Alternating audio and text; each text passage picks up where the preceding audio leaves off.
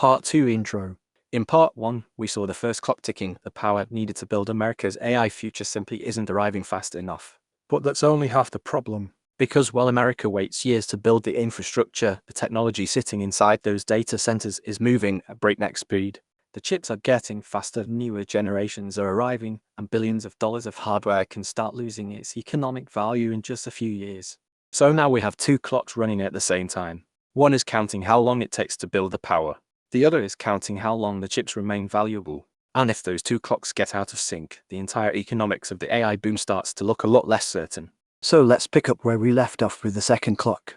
That got people's attention fast. Governors across the region pushed back on PJM, federal regulators stepped in, and a price ceiling was put in place, a legal cap on how much the grid was allowed to pay. And the very next auction hit that ceiling. So did the one after it, and the one after that. What looked like a temporary spike turned out to be the new baseline. Then, in December 2025, something happened that had never occurred in PJM's history. The auction came up short.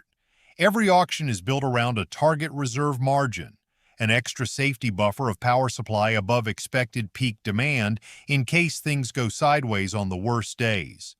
Basically, backup power for emergencies.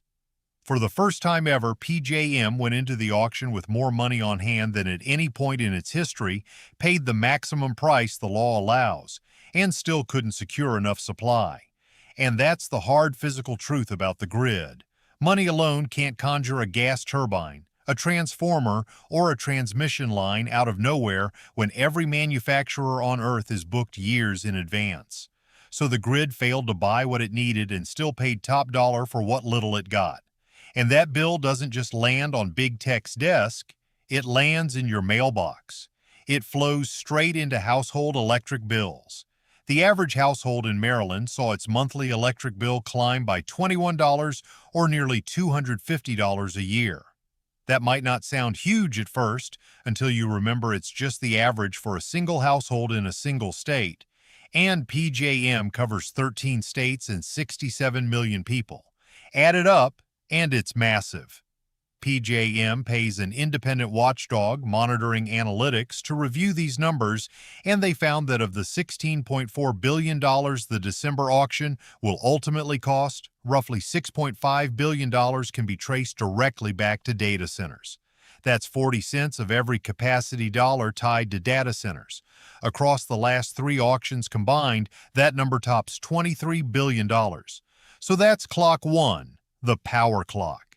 Infrastructure simply can't keep pace with demand, throwing money at it doesn't speed things up, and there's no obvious fix on the horizon.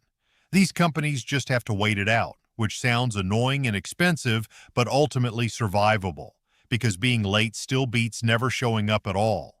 Unless, of course, the thing doing the waiting has an expiration date. And spoiler, it does. Which brings us to clock two, the chip clock. This is the one that decides how long anyone can actually afford to wait.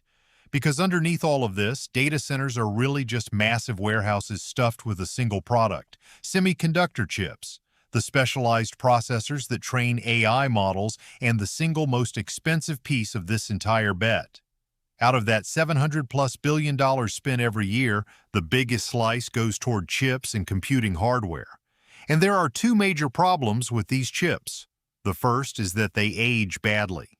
Think of that one relative who hasn't touched sunscreen since the 1970s. A cutting-edge AI chip stays cutting-edge for somewhere between 2 and 6 years, depending on who you ask. Newer, faster chips keep arriving, and the older ones quickly slide toward worthless. But the infrastructure those chips sit inside is built to last for decades. So the chips age like a smartphone while the buildings around them age like a bridge, and that mismatch comes with a price tag. If a data center scales down or its chips become obsolete after just a few years, the multi-billion-dollar grid equipment built to support it stays on the utility's books for decades, and a chunk of that leftover cost gets passed on to utility customers, meaning ultimately you. Then there's the second bigger problem. Right now, tech companies are posting record profits. On the surface, you might even think, what bubble? But investor Michael Burry, the guy from The Big Short, thinks those record profits are something of an illusion. He believes big tech is quietly cooking the books, and like most things in finance, it comes down to some clever accounting. When a company buys equipment, it spreads the cost out over however many years that equipment is expected to remain useful. This is called depreciation. Stretch that useful life estimate out longer, and your annual depreciation expense shrinks, making today's profits look bigger. Shrink the estimate and depreciation rises, which drags reported profits down. So one seemingly boring accounting assumption, how long a chip stays useful, quietly shapes billions of dollars in big tech's reported earnings. And the trouble starts because nobody actually agrees on the right answer. Tech giants have been stretching the official useful life of their servers from the old 3 or 4 year standard up to 6 years. Burry argues the real number is considerably lower, and if he's right, the industry is understating depreciation by roughly $176 billion between 2026 and 2028. By his math, that would inflate Oracle's earnings by nearly 27% by 2028 and Meta's by close to 21%.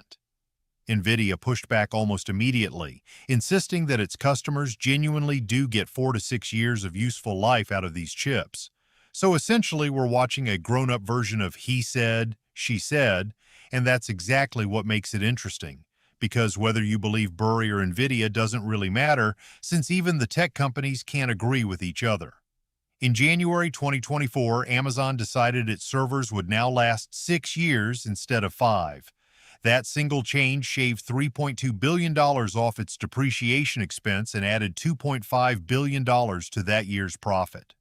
12 months later, Amazon reversed course, walking a chunk of its servers and networking gear back down from 6 years to 5.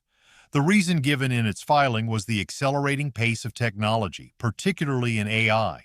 Meanwhile, as Amazon was pulling back, Meta went the opposite direction, extending the life of its servers and network equipment to 5.5 years. That one adjustment cut Meta's 2025 depreciation costs by $2.9 billion and added roughly $1 to its earnings per share. So here we have the same technology, the same time period, and two accounting teams staring at the same silicon and landing on completely opposite conclusions. And that's the race we're actually watching unfold. Two clocks are ticking side by side. One says new power infrastructure can take anywhere from 5 to 10 years to build. The other says today's AI chips might only remain economically competitive for 3 to 6 years, depending on who's doing the estimating. If those two clocks fall out of step, billions of dollars in infrastructure could end up finished for a completely different AI market than the one companies are currently planning around. And the clock is already running.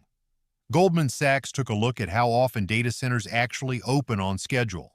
Historically, only about 72% of projects due within the next year actually hit that deadline. Once you factor in today's supply chain and labor issues, Goldman expects roughly 60% of next year's promised capacity to arrive on time. Push that out 2 years and it drops to 50%. Basically a coin flip on whether the AI future shows up when promised.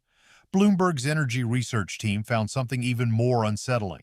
They compared two separate forecasts. The first asks a simple question. Based on actual chip sales, how much data center capacity should America be building? The second asks a tougher one. How much can America realistically power? The gap between those two numbers, they found, will reach 63 gigawatts by 2033. For context, every operational data center currently running in America adds up to a little over 40 gigawatts combined. So this isn't a small rounding error.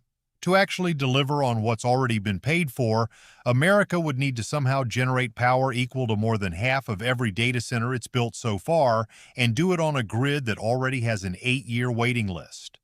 The math doesn't just look shaky, it looks genuinely impossible. Which raises the obvious question, how did we even end up here? How does the entire energy supply chain get this backed up?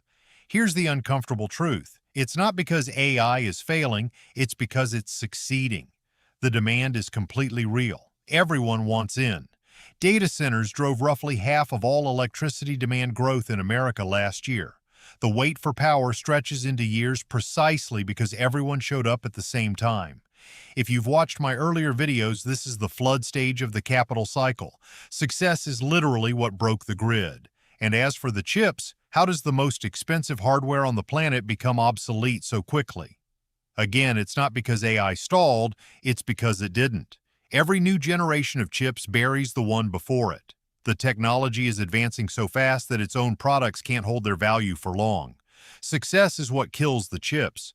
So the better AI performs, the more demand floods into the grid, and the longer clock one stretches out.